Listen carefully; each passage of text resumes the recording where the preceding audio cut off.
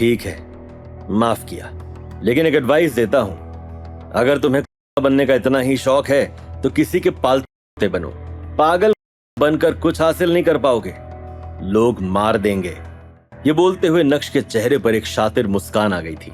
उसके बाद नक्श ने अपना बैग खोला और मिस जूली के हाथों में वो एंटीक तलवार रखते हुए बोला, ये लीजिए, फोटो खींच लीजिए। मिस जूली बहुत ही एक्साइटेड नजर आ रही थी। उस तलवार को लेकर वो अपने स्टोर के अंदर बढ़ी। उस स्टोर में मिस जूली का अपना खुद का एक पर्सनल कमरा भी था। उस एंटीक तलवार को लेकर वो सीधा अपने कमरे में गई, जहां पहले से ही उसने सारी तैयारियां कर रखी थी। उस एंटीक तलवार को एक पर्टिकुलर प्लेस पर रखने के बाद वो कैमरे से फोटो खींचने लगी थी। लंबे समय के बाद मिस जूली ने कैमरा नीचे रखा और नक्श की तरफ देखकर बोली, थैंक यू सो मच, इसकी कोई जरूरत नहीं है। अगर फिर कभी आपका मन करे इस तलवार को देखने का तो बेझिझक मुझे कॉल करिएगा, बंदा हाजिर हो जाएगा। मुझे तुमसे कुछ पूछना है, लेकिन पता नहीं मुझे पूछना चाहिए या नहीं। बिल्कुल पूछिए। मुझे ये तो नहीं पता कि ये एंटीक तलवार पहले किसके पास थी, लेकिन इतना जरूर पता है कि ये तलवार काफी सालों पहले खो गई थी। बस इतना जानना चाहती हूँ कि ये तुम्हारे हाथ में कहां से आई। अगर मैं कहूं कि मुझे ये मेरे एंसेस्टर्स से मिली है तो क्या तुम मुझ पर यकीन करोगी? उसी समय अचानक से स्टोर का एक एम्प्लॉय भागते हुए उस कमरे में आया और बोला, मैडम जल्दी नीचे चलिए, कोई आया है, आपको ही वो हैंडल करना है। क्यों, क्या तुम्हारे बस का नहीं है? मैडम, उस इंसान के पास व्हाइट जेड ब्रेसलेट है, पूरे हीरे से तराशा हुआ है। मैं अकेला डिसीजन नहीं ले सकता।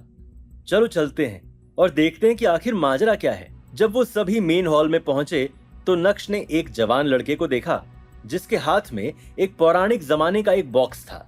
अक्सर ऐसे बॉक्सेस आदिवासी परिवारों के पास पाए जाते थे, यानी ऑथेंटिक होने का पहला कारण मिल गया था। क्या मैं आपका नाम जान सकती हूँ? मेरा नाम अमरीश गज्जर है। क्या आप इस स्टोर की ओनर हैं? जी मिस गज्जर। क्या मैं देख सकती हूँ कि आप क्या लेकर आए हैं? ये मेरे परिवार का एंसेस्ट्रल ट्रेजर है, एक आखिरी खजाना। अगर मुझे आज पैसों की जरूरत नहीं होती तो मैं इसे कभी बाहर नहीं निकालता। जब मिस जूली ने उस बॉक्स को खोला तो सभी को हीरों से भरे एक ब्रेसलेट के दर्शन हुए। रोशनी में वो ब्रेसलेट किसी नई दुल्हन की तरह चमक रहा था। प्योर व्हाइट जेड, और इस व्हाइट जेड की क्वालिटी भी काफी हाई लग रही है। इसकी बनावट, इसकी चमक और इसके टेक्सचर को देखकर मुझे लग रहा है कि कम से कम ये 1000 साल पुराना है। आप लोगों को काफी कुछ पता है, तो तुम इसे कितने में बेचना चाहते हो? 20 करोड़।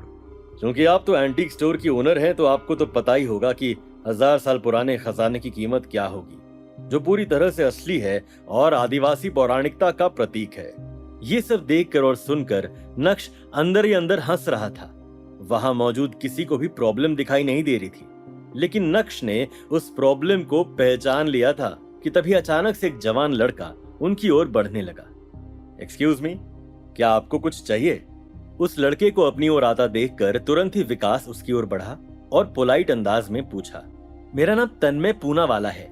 मैं यहाँ एक बिजनेस ट्रिप पर आया हूँ। सुना है कि पूरे सूरत शहर में सिर्फ देसाई एंटीक एम्पोरियम ही है जिनके पास सदियों पुराना खजाना भी मिल जाएगा।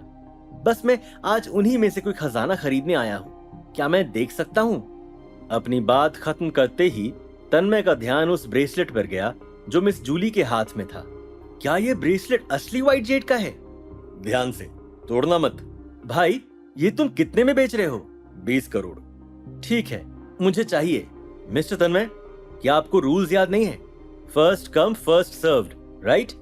मेरी अभी तक मिस्टर गज्जर से बात खत्म नहीं हुई है और आप जबरदस्ती अपनी डील क्लोज करना चाहते हैं। लेकिन मैडम, आप काफी समय से इसे देख रही हैं और मुझे लगता है कि खरीदने के लिए थोड़ा हेजिटेटेड भी हैं। साथ ही साथ आपने एक बार भी नहीं कहा कि आपको ये ब्रेसलेट चाहिए। ठीक है, ये मैं ले रही हूँ। मेरी चॉइस को आप इस तरह मुझसे छीन नहीं सकती। भाई, मैं तुझे 30 करोड़ दूंगा, मेरे साथ डील कर। मिस्टर अमरीश, रूल्स के हिसाब से आप जहाँ जाते हैं वहीं आपको अपनी डील करनी होती है। अगर तुम्हारी पहली पार्टी के साथ बातचीत चल रही है तो तुम पहली पार्टी को इन्फॉर्म या फिर पूछे बिना दूसरी पार्टी को कुछ नहीं बेच सकते। देखो भाई, तुम्हें लाइफ की रियलिटी पता होनी चाहिए, और सबसे बड़ी रियलिटी है पैसा। अगर पैसा नहीं तो कुछ भी नहीं, और मैं तुम्हें 10 करोड़ रुपए ज्यादा ऑफर कर रहा हूं। मुझे नहीं लगता कि तुम्हें डिसीजन लेने में इतना समय लेना चाहिए। ये सब देखकर नक्श अपनी हंसी को रोकने की पूरी कोशिश कर रहा था। अमरीश और तन्मय दोनों मिले हुए थे। क्या मिस जूली ये देख नहीं पा रही थी? मिस्टर तन्मय, ये लोग जो कह रहे हैं वो सही कह रहे हैं। मैं पैसों की वजह से अपने प्रिंसिपल्स को धोखा नहीं दे सकता, इसलिए मुझे इस ब्रेसलेट को इन मैडम को ही देना होगा। मिस, आप वाकई में काफी किस्मत वाली हैं। इस ब्रेसलेट की असली कीमत 50 करोड़ है, लेकिन आपको 20 करोड़ में ही मिल गया। मिस जूली ने खुशी खुशी उस बॉक्स को अपने हाथ में लिया और विकास की ओर देखते हुए बोली, जल्दी से मिस्टर अमरीश का पेमेंट क्लियर करो।